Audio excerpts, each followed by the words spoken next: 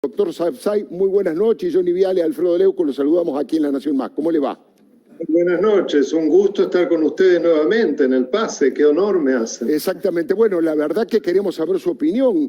¿Quién es Martín Soria? ¿Qué tipo de mensaje está dando el gobierno después de 10 días finalmente de designar a alguien tan cercano a Cristina Fernández de Kirchner?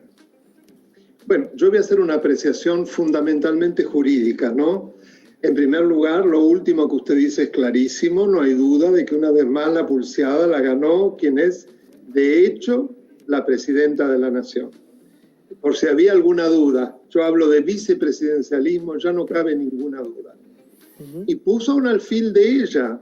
Martín Soria en realidad creo que es una persona que no cuenta con los antecedentes para el tratamiento de justicia. No hay más que mirar el currículum. Él sale a la notoriedad por la tragedia de un padre que es asesinado, todos conocemos, es una especie de novela, él era el único que estaba presente, debe ser muy traumatizante. Y eso es lo que lo proyecta también después a ser electo intendente de General Roca. Ahora, ¿cuál es su trayectoria como persona del campo de la justicia, más allá de que sea abogado? Ni tampoco me consta que haya ejercido realmente la profesión. Ha estado siempre en la política, es muy joven además, claro. Martín Soria. Sí. Entonces, lo que yo veo es que evidentemente ella ha elegido una persona absolutamente manejable.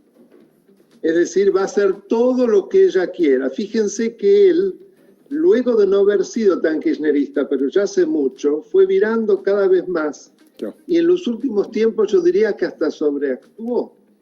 Porque creo que pocos han sido tan fanáticos del lawfare como él. Claro. Ha hecho del lawfare su gran bandera. O sea, se ha ofrecido en bandeja. Esta es mi impresión. Ahora, Daniel, yo me preguntaba más temprano si ya importa a esta altura quién es el ministro, si está absolutamente rodeado. Se llame Sapsay, Leuco, Viale o Soria. Vos tenés a Mena, Pietragala, Zanini. Está absolutamente rodeado por gente de Cristina, ¿no? Ah, de Pedro, lo tenés en el Consejo de la Magistratura, a Jerónimo Starros, esas son las personas que pesan. Lozardo lo sabía, Lozardo nunca fue verdadero ministro. Es simplemente lo simbólico, y no es poca cosa. Acá ella se dio el gusto de sacarle al presidente la persona más fiel que tenía en el gabinete, y lo hizo además de una manera humillante. O sea, además le dio el gusto de poder humillarla a su mejor amiga y mostrarlo al presidente en su peor arista. Una persona que no solo no tiene palabras, sino que además no tiene la menor noción de códigos ni de lealtades. Se dio el gusto de hacer eso y ahora se dio el gusto de mostrar y yo pongo a quien se me da la gana. Algo que no hay duda que es alguien que yo voy a manejar como se me dé la gana, pero como bien dijiste vos, Johnny, va a estar rodeado de toda gente mía, pero de paladar negro, más negro imposible. Bueno, yo lo veo así. Incluso, doctor Sapsay, no solamente se ha convertido en uno de los principales defensores del lawfare, Martín Soria, sino también en el principal atacante del doctor Hornos. Él le ha puesto la proa al doctor Hornos, que es precisamente uno de los principales objetivos a decapitar políticamente, por supuesto, de parte de Cristina, ¿no? Yo creo que sí, absolutamente. Me parece que las situaciones que está poniendo el doctor Hornos me preocupa mucho porque yo le tengo un gran respeto. Creo que es un señor juez que lo ha demostrado en muchos de sus votos, pero quiero destacar uno por el valor que tiene y no hay duda que eso les tiene que molestar. Él fue el que fue el primer voto de una sentencia de la sala donde él está en casación penal por la cual consideró que los delitos de corrupción son traición a la patria y por lo tanto son imprescriptibles. Le saco el sombrero. Me parece una buena interpretación, pero además valiosísima. Ahora, Daniel, y agrego, inindultables e inamnistiables. Por lo tanto, cuidado con sugerir tanto la amnistía y el indulto, tienen patas muy cortas. No, te pregunto si ahora van por todos los jueces molestos. Estamos hablando de Hornos, yo te agregaría a Irursun, Geminiani, que el otro día Cristina lo nombró en Twitter, Ercolini, y siguen los nombres, ¿no? Bueno, seguramente sí, pero fíjate que con muy mal resultado, porque ¿cómo lo sacan? Si no tienen suficientes votos en el Consejo de la Magistratura, pero sobre todo no los van a tener en el jurado de enjuiciamiento, que es el que en definitiva va a remover. 2/3 no van a poder conformar 2/3 propios en un jurado de enjuiciamiento. Y yo creo que ella lo sabe. Y por eso se puso tan mal, y por eso chilló, si me pide mi mal francés.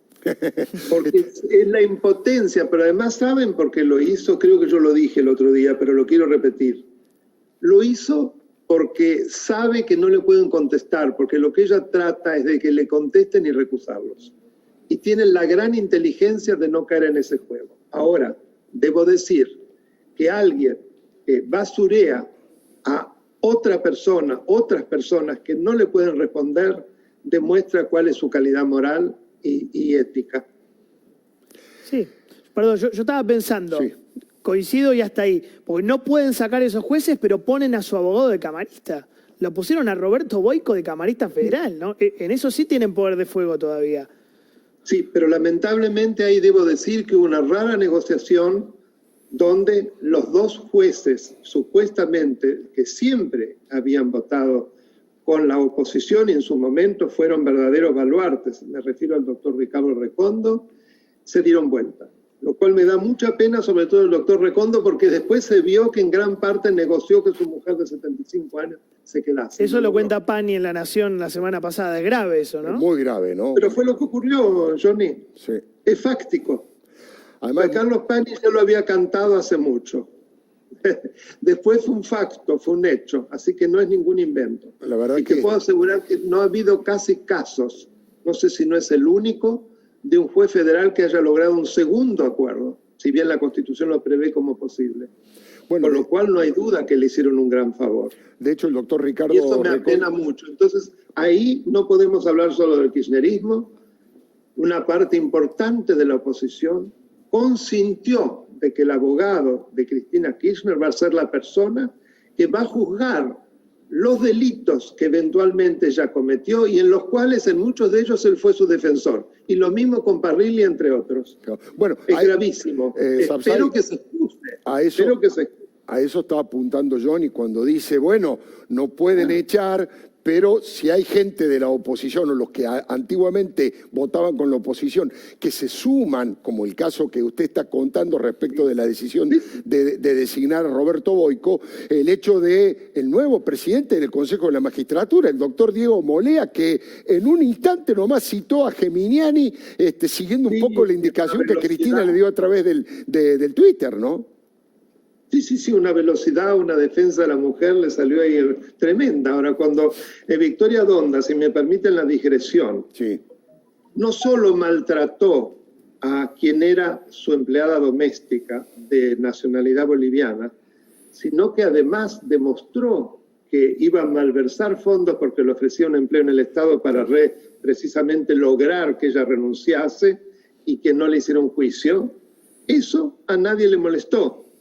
Y la señora Donda sigue muy tranquilo. Entonces, más allá de lo que Geminiani, el chiste que hizo, si es grave o no, no tienen autoridad moral para criticarlo. ¿Usted cree que corre riesgo, como dice parte de este libro, La República? ¿Cree que el populismo puede avanzar tan a fondo como con este tipo de medidas que corre riesgo la propia subsistencia de la República y la división de poderes?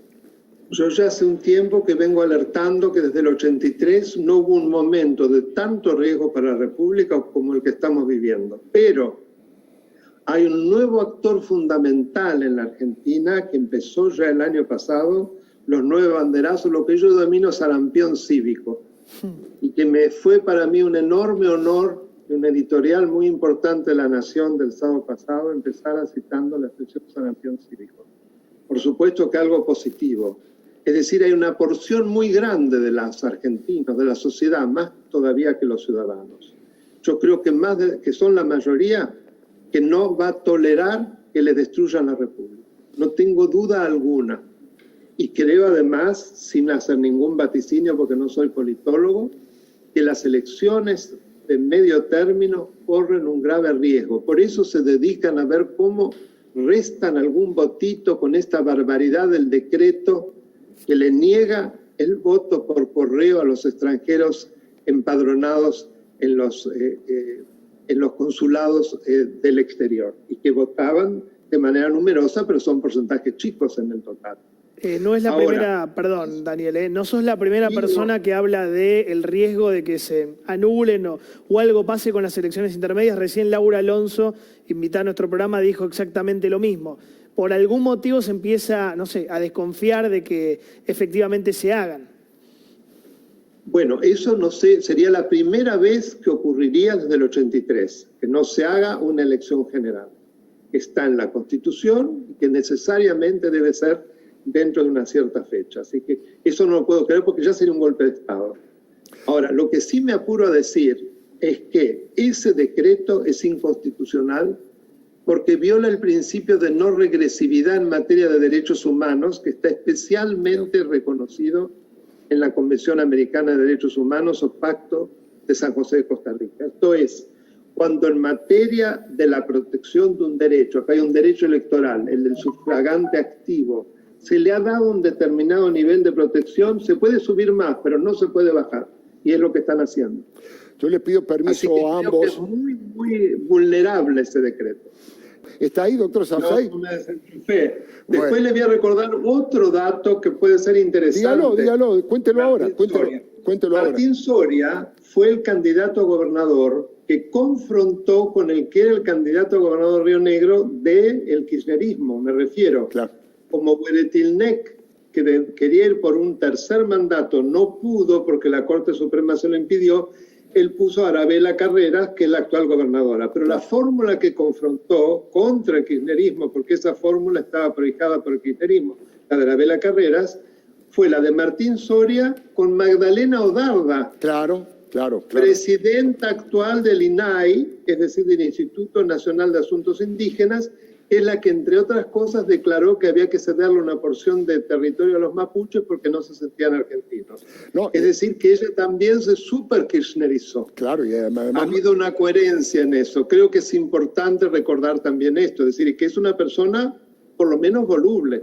Bueno, y además Odarda es una suerte de uno de los principales apoyos políticos, junto con Elizabeth Gómez Acorta, que tienen los autodenominados mapuches del RAM, de la resistencia ancestral mapuche, que son tremendamente violentos, que ejercen actitudes cuasi terroristas y que además se sienten a sí mismos separatistas porque no se sienten ciudadanos argentinos. Doctor Sabzai, como siempre, le agradezco muchísimo haber estado allí y la contribución a este programa. Un placer y desde ya le pido a su producción que por favor me manden el video porque lo quiero subir a mi canal de YouTube, Daniel Alberto Sabzai. Bueno, muchísimas gracias, doctor Sabzai.